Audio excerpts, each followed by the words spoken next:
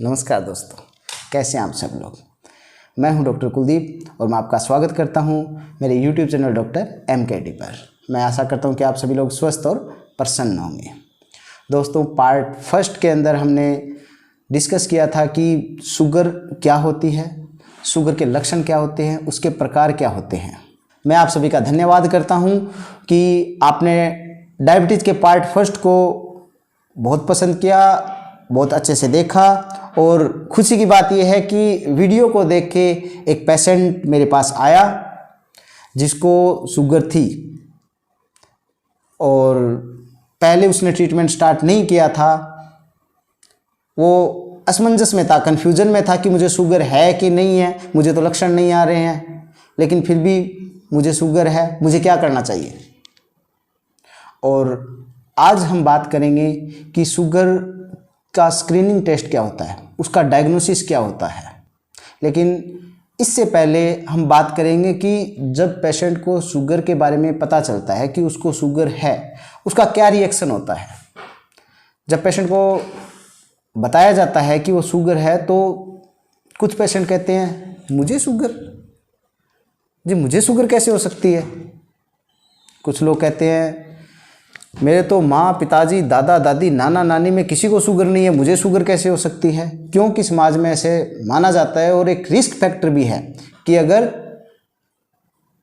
माँ, पिताजी, दादा, दादी, नाना, नानी में अगर कोई शुगर का मरीज हो और ख़ास तौर फादर और मदर के अंदर, तो उनको शुगर होने के चांस रहते हैं। कोई ज़रूरी नहीं है कि फादर और मदर के अंदर शुगर है तो शुगर होगी ही, वो एक रिस्क फैक्टर है बस।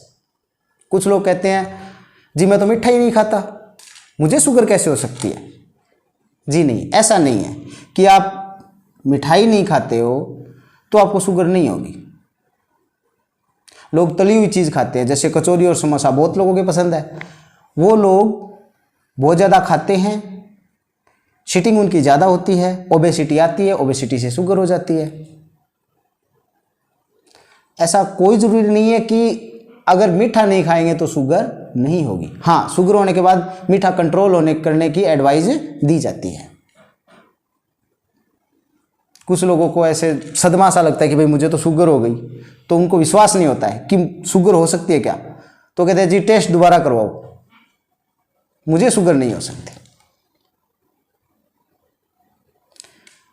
ये सारे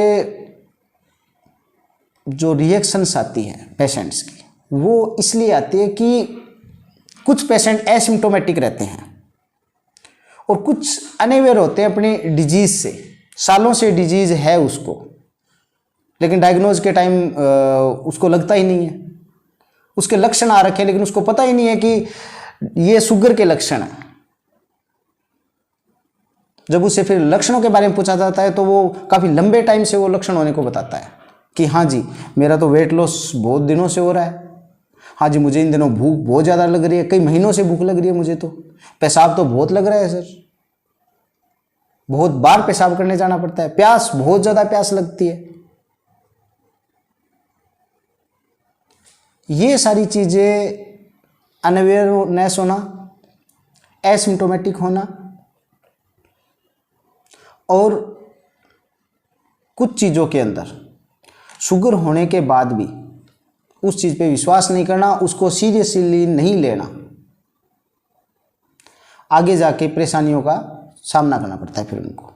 ये जो सारी चीज़ें हैं जिसके बारे में हमने बात की है, जैसे पेशेंट के रिएक्शंस के बारे में, ठीक है, और पहले शुगर के बारे में, इन सब के बारे में बात करने के बाद आज हम बात करेंगे स्क्रीनिंग के बारे में और डायग्नोस्टिक टेस्ट के बारे में। स्क्रीनिंग होती क्या है? स्क्रीनिंग होती है स्वस्थ दिखने वाले किसी भी इंसान के अंदर कुछ टेस्ट लगा के किसी विशेष बीमारी को ढूंढना, स्क्रीनिंग कहते हैं। स्क्रीनिंग के अंदर डिजीज्ड पर्सन हो भी सकते हैं, नहीं भी हो सकते, सिम्टम्स आ भी सकते हैं, नहीं भी आ सकते हैं। सिंपल सी है, जैसे 45 साल का इंसान, 50 साल का, 55 साल का या ऊपर कोई भी पेशेंट आया आने के बाद हमने उसकी फास्टिंग ब्लड शुगर की और उसको शुगर डायग्नोज हो गया। ये क्या है? स्क्रीनिंग है। पेशेंट हेल्दी दिख रहा है, पेशेंट को कोई प्रॉब्लम नहीं है, टेस्ट लगाया, लगाने के बाद डायग्नोज हो गया, फिर कन्फर्मेटरी टेस्ट हो गया, वो कर देते हैं तो उससे हो जाता है। अब स्क्रीनिंग क्यों ज़रूरी है? फर्स्ट, क्योंकि बहुत सारे शुगर के पेशेंट एसिम्टोमेटिक रहते हैं, उनको लक्षण नहीं आते हैं, अंदर ही अंदर शुगर बढ़ रहा है, लक्षण आ ही नहीं रहे। सेकंड, डायग्नोज होने से पहले शुगर सालों तक शरीर में होता है।